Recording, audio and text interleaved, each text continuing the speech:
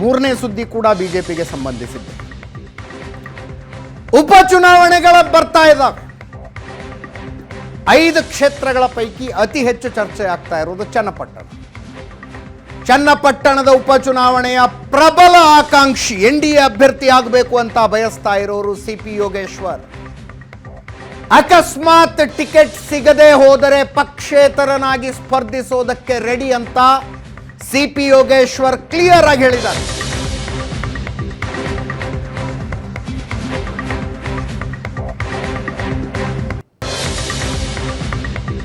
ಸಮಾನ ಮನಸ್ಕರ ಸಭೆ ಮಾಡೋದಕ್ಕೆ ತಯಾರಾಗಿದ್ರು ಅವರು. ಅಂದ್ರೆ ಸಭೆಯಲ್ಲಿ ಇದೇ ಅಭಿಪ್ರಾಯ ವ್ಯಕ್ತ ಆಗ್ತಾ ಇತ್ತು.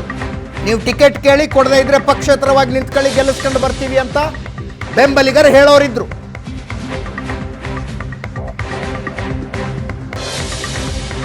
ಅದನ್ನ ಮಾಡಬೇಡಿ ಅಂತ ಸೂಚನೆ ಬಂದಿದೆ. CP ಯೋಗೇಶ್ವರ್ಗೆ ಕ್ಯಾನ್ಸಲ್ ಮಾಡಿದ್ದಾರೆ.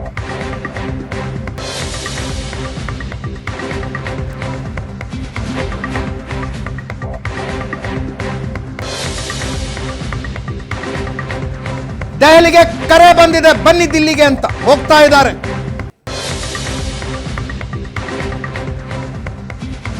ಹೋಗುವುದಕ್ಕಿಂತ ಮುಂಚೆ ಸ್ಪಷ್ಟವಾಗಿ ಹೇಳಿದ್ದಾರೆ, ಮೈತ್ರಿ ಅಭ್ಯರ್ಥಿಯಾಗಿ ಟಿಕೆಟ್ ಸಿಗದೆ ಹೋದ್ರೆ ಸ್ವತಂತ್ರವಾಗಿ ಸ್ಪರ್ಧೆ ಮಾಡ್ತೀನಿ ಅಂತ.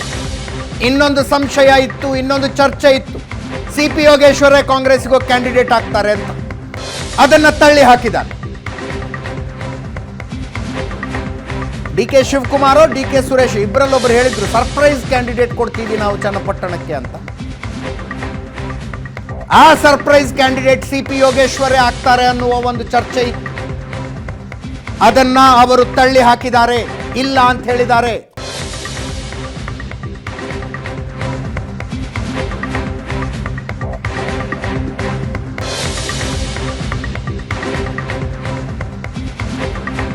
ಒಂದು ರೀತಿ ಬಿಜೆಪಿ JDS ಮೈತ್ರಿ ಲೋಕಸಭಾ ಚುನಾವಣೆಗೆ ಆಗದಕ್ಕೆ ಆ ಚರ್ಚೆಯ ಆರಂಭ ಮಾಡಿದವರು CP ಯೋಗೇಶ್ವರ್. ವಿಧಾನಸಭಾ ಚುನಾವಣೆಗಳ ನಡೆದವು. ಚನ್ನಪಟ್ಟಣದಲ್ಲಿ CP ಯೋಗೇಶ್ವರ್ ಕುಮಾರಸ್ವಾಮಿ ಅವರ ವಿರುದ್ಧ ಸೋತರು.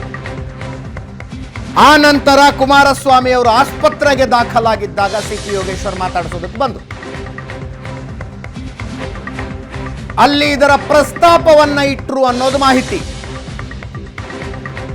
ಅಲ್ಲಿಂದ ಮುಂದೆ ಚರ್ಚೆ ಹೋಗಿ ಅಂತಿಮವಾಗಿ ಬಿಜೆಪಿ JDS ಮೈತ್ರಿ ಆಯಿತು ಅಂತಾರೆ. ಈಗ CP ಯೋಗೇಶ್ವರ್ ಹೇಳ್ತಾ ಇದ್ದಾರೆ, ಮೈತ್ರಿ ಆಗಿರದೇ ಹೋಗಿದ್ರೆ ಹಳೆ ಮೈಸೂರು ಭಾಗದಲ್ಲಿ JDS ಕಥೆ ಏನಾಗ್ತಿತ್ತು ಅಂತ ಕೇಳ್ತಾ ಇದ್ದಾರೆ.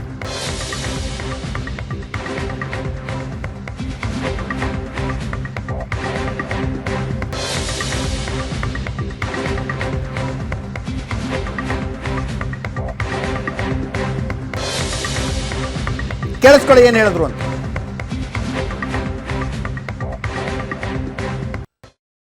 ಚನ್ನಪಟ್ಟಣ ವಿಧಾನಸಭೆಯ ಏನು ಉಪಚುನಾವಣೆ ಇದೆ, ಅದರಲ್ಲಿ ನಾನು ಒಬ್ಬ ಪ್ರಬಲ ಆಕಾಂಕ್ಷಿಯಾಗಿದ್ದೇನೆ. ನೋಡೋಣ, ಅವರು ಮತ್ತು ನಮ್ಮ ಪಕ್ಷದ ವರಿಷ್ಠರು ಏನು ತೀರ್ಮಾನ ಮಾಡ್ತಾರೆ. ಕಾಂಗ್ರೆಸ್ಗೆ ತಪ್ಪಬಾರ್ದು ಅಂತೇಳಿ ನನ್ನ ಹೋರಾಟ. ಈ ಚುನಾವಣೆ ಸ್ಪರ್ಧೆ ಮಾಡಬೇಕು ಅಂತೇಳಿ ನಮ್ಮ ಸಮಾನ ಮನಸ್ಕಾರ ವೇದಿಕೆ ಅಂತೇಳಿ ನಮ್ಮ ತಾಲೂಕಿನ ರಾಜಕೀಯತರೆಲ್ಲ ಸೇರಿಕೊಂಡು ಒಂದು ವೇದಿಕೆ ಮಾಡ್ಕೊಂಡಿದ್ದೆ. ಅವರೆಲ್ಲ ಇವತ್ತು ಹೇಳ್ತಾ ಇದ್ದಾರೆ, ಇಲ್ಲ ನೀವು ಸ್ಪರ್ಧೆ ಮಾಡಬೇಕು ಅಂತ. ನಾನು ನನ್ನ ಮಾತೃಪಕ್ಷ ದೆಹಲಿಗೆ ಹೋಗ್ತೀನಿ, ನಮ್ಮ ಪಕ್ಷದ ವರಿಷ್ಠರನ್ನ ಎಲ್ಲರನ್ನು ಭೇಟಿ ಆಗ್ತೀನಿ. ಒಂದೇ ಭೇಟಿಯಲ್ಲಿ ಆಗಲ್ಲ, ಆಗಸ್ಟ್ 15 ಬಂದಿರೋದ್ರಿಂದ 16ನೇ ತಾರೀಕು ಆದಮೇಲೆ ಪುನಃ ಹೋಗ್ತೀವಿ. ನಮ್ಮ ರಾಜ್ಯದ ನಾಯಕರು ಕೂಡ ಭರವಸೆ ಕೊಟ್ಟಿದ್ದಾರೆ, ರಾಷ್ಟ್ರೀಯ ನಾಯಕರು ಕೂಡ ನಾನು ಮಾತಾಡಿದ್ದೀನಿ, ಎಲ್ಲರೂ ಬಾ ಅಂತ ಹೇಳಿದ್ದಾರೆ. ನೋಡೋಣ, ಅಂದು ಕುಮಾರಸ್ವಾಮಿ ಅವ್ರ ಮನಸ್ಸು ಬದಲಾಯಿಸ್ಬೋದು. ಅವ್ರು ಒಪ್ಕೊಂಡ್ರೆ ಸಂತೋಷ, ಒಪ್ಪಿಸಿದ್ರೆ ನೋಡೋಣ ಮುಂದೊಂದು ದಾರಿ. ಕುಮಾರಸ್ವಾಮಿ ಅವರು ಮಾತು ಸ್ವಲ್ಪ ಮುಂಗೋಪ ಇರ್ಬೋದು, ಮಾತಾಡ್ಬೋದು. ಬಹುಶಃ ಅವ್ರು ಒಪ್ತಾರೆ ಅಂತ ಒಂದು ಆಶಾ ಬಂದು ನನಗಿದೆ. ಯಾಕಂದರೆ ನೋಡಿ, ಅವ್ರನ್ನ ಇವತ್ತು ಭಾಳ ವಿಶ್ವಾಸ ಇಟ್ಟು ನಮ್ಮ ಪಕ್ಷದ ವರಿಷ್ಠರು ಕೇಂದ್ರದ ಸಚಿವರನ್ನಾಗಿ ಮಾಡಿದ್ದಾರೆ.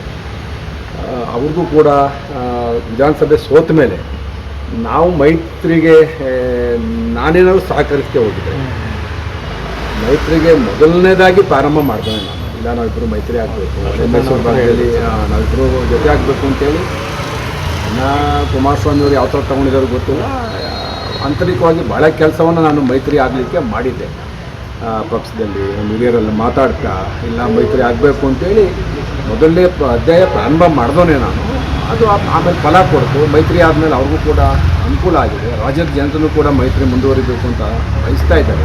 ನಾನು ಸಹಕರಿಸ್ತಾ ಹೋಗಿದ್ರೆ ಇಲ್ಲೇನಾಗ್ತಾ ಇತ್ತು ರಾಮನಗರದಲ್ಲಿ ನೋಡೋಣ. ಅವರು ಮತ್ತು ನಮ್ಮ ಪಕ್ಷದ ವರಿಷ್ಠರು ಏನು ತೀರ್ಮಾನ ಮಾಡ್ತಾರೆ. ನಾನು ಈ ಕ್ಷೇತ್ರವನ್ನು ನನ್ನ ತಾಲೂಕಿನ ಜನ ನನ್ನ ಮೇಲೆ ವಿಶ್ವಾಸ ಇಟ್ಟಿದ್ದಾರೆ. ನನ್ನನ್ನು ಈ ಸಾರಿ ಗೆಲ್ಸ್ಕೋತಾರೆ. ಯಾವುದೇ ಸಿಂಬಲಲ್ಲೂ ಗೆಲ್ಸ್ಕೋತಾರೆ. ಅದರಲ್ಲಿ ನನಗೆ ಡೌಟೇ ಇಲ್ಲ. ಮೊದಲಿಂದ ಹೇಳ್ತಾನೆ. ಹೀಗೆ ನನ್ನ ಮಾತೃಪಕ್ಷಗಳು ಡ್ಯಾಮೇಜ್ ಮಾಡಿದಾಗ ನನಗೆ ಅವಕಾಶ ಕೊಡದೇ ಹೋದಾಗ ನನ್ನ ಜನ ತಾಲೂಕಿನಲ್ಲಿ ಕೈ ಇಟ್ಟಿದ್ದಾರೆ. ಏನು ಕಾಂಗ್ರೆಸ್ ಬಗ್ಗೆ ಆಲೋಚನೆ ಮಾಡಲಿಲ್ಲ. ಯಾರು ನನ್ನನ್ನು ಯಾರು ಆ ಥರ ಏನಿಲ್ಲ. ನಾನು ಟಿಕೆಟ್ ಸಿಗದೆ ಹೋದೆ ಸ್ವತಂತ್ರವಾಗಿ ಸ್ಪರ್ಧೆ ಮಾಡಿ ಮತ್ತೆ NDA ಭಾಗವಾಗಿರಬೇಕು ಅಂತಲೇ ಅನ್ಕೋತೀನಿ. ನೋಡೋಣ ಮುಂದೆ ಏನೇನು ಯಾವ್ಯಾವ ಥರ ತಿರುವು ತಗೊಳ್ತಾರೆ ರಾಜಕಾರಣ ಹೇಳಿದ್ ಬರಲ್ಲ. ಅಕಸ್ಮಾತ್ ಈ ಕ್ಷೇತ್ರವನ್ನು JDSಗೆ ಬಿಟ್ಟು ಕೊಟ್ಟರು ಕೂಡ JDS ಯಾರೋ ಸಾಮಾನ್ಯ ಅಭ್ಯರ್ಥಿ ಅಂದರೆ ಕಾರ್ಯಕರ್ತರನ್ನ ಹಾಕುತ್ತೆ.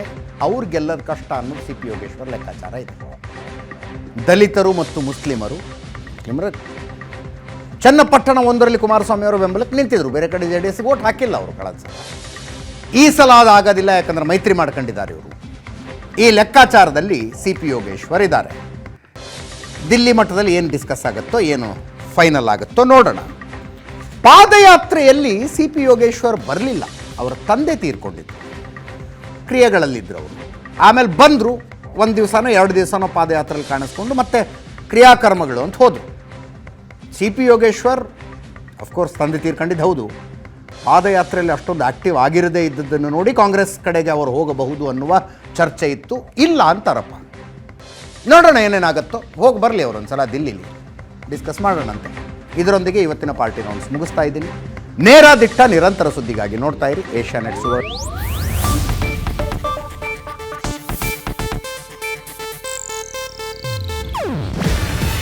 ಇದು ಏಷ್ಯಾನೆಟ್ ನ್ಯೂಸ್ ನೆಟ್ವರ್ಕ್ ಪ್ರಸ್ತುತಿ. ನೀವು ನೋಡ್ತಿದ್ದೀರಾ ಏಷ್ಯಾನೆಟ್ ಸುವರ್ಣ ನ್ಯೂಸ್.